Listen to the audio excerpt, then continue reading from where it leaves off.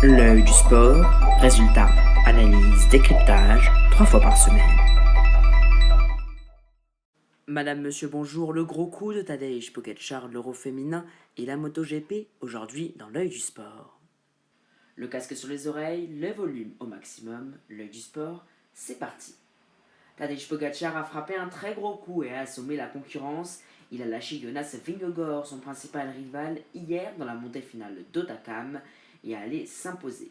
Le Danois n'a pas trouvé les ressources nécessaires pour rester dans les roues du maillot jaune. Aujourd'hui, le Slovène a de nouveau levé les bras au terme d'un chrono de 10,9 km avec une arrivée au sommet de Péragud.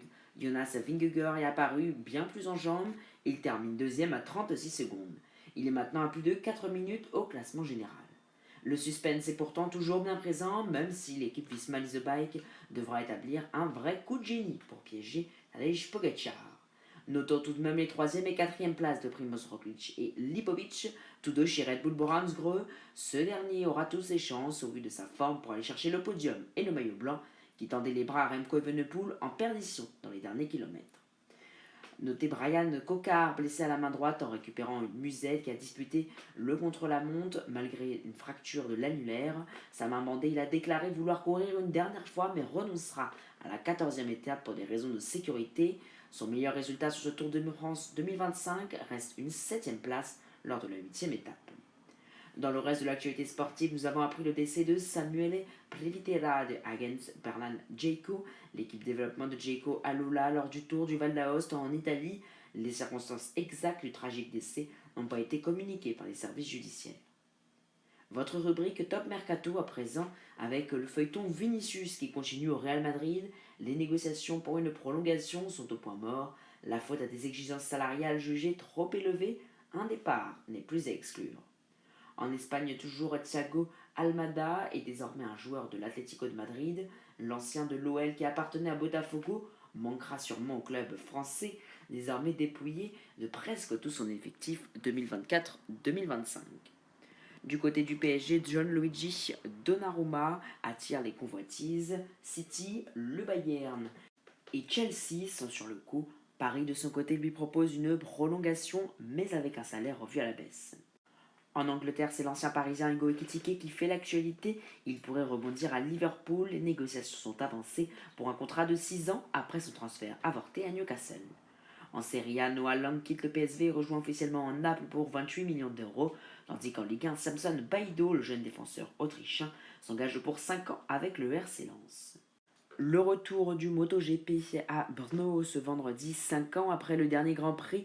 La météo s'en est mêlée, un orage a retardé la séance d'essai de 20 minutes. Sur une piste encore mouillée, les pilotes ont dû faire preuve de finesse.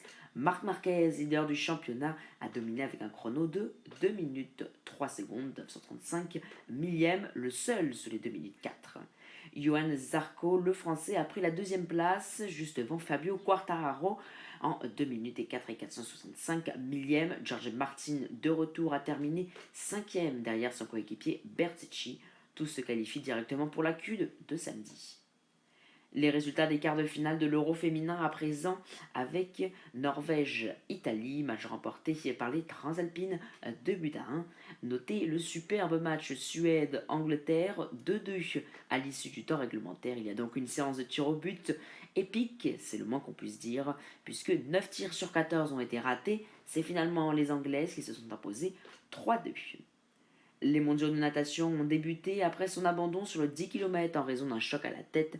Marc-Antoine Olivier a bien répondu vendredi en empochant la médaille de bronze du 5 km remportée par l'Allemand Florian Wellbrock aux mondiaux d'eau libre de Singapour. Le programme à présent avec tout d'abord l'Euro féminin qui continue les quarts de finale. Espagne-Suisse, c'est ce soir à 21h. Demain, la France défiera l'Allemagne afin de gagner un ticket pour les demi-finales. Demain, les coureurs du Tour de France s'élanceront pour la dernière étape pyrénéenne de Pau à Luchon-sur-Bagnères, longue de 182,6 km. L'étape imposera aux prétendants à la victoire d'être excellents grimpeurs avec une ascension hors catégorie, directement suivie d'une de 2e catégorie, puis 2 côtes de 1re catégorie avec la 2e arrivée au sommet de cette édition. Tadej Pogačar pourrait tenter de porter le coup de grâce du Tour, tandis que Visma Leasebike pourrait envisager d'harceler le maillot jaune afin de créer l'exploit. Dimanche, le peloton partira de Muret vers Carcassonne, une étape vallonnée, plus calme sur le papier, avec 3 belles côtes qui conviendront aux très bons punchers tels que Wout van Aert et Mathieu Van Der Poel. Côté français, Julien Alaphilippe aura sa carte à jouer. Et il ne faudra pas oublier durant ces 2 étapes Lenny Martinez qui tentera de récupérer le maillot à pois. Il est deuxième de ce classement. Demain en rugby à 9h05, le 15 de France défiera pour la troisième et dernière fois les All Blacks dans cette tournée d'été. Tandis qu'en athlétisme, la 11e épreuve de la Ligue de Diamant se tient ce samedi au Stade Olympique de Londres, une étape cruciale avec à la clé des performances pouvant permettre une qualification pour les championnats du monde d'athlétisme à Tokyo, prévu du 13 au 21 septembre. Le champion olympique Noah Lyles sera bien présent sur l'épreuve du 100 mètres. L'athlète de Sainte-Lucie, Julien Alfred, disputera elle le 200. L'œil du sport, c'est fini pour aujourd'hui. Merci de nous avoir écoutés. Je vous le rappelle comme d'habitude, mais vous savez combien c'est important pour nous. Likez, commentez, abonnez-vous et surtout partagez largement autour de vous votre média sportif favori. Merci et à dimanche soir pour de nouvelles informations.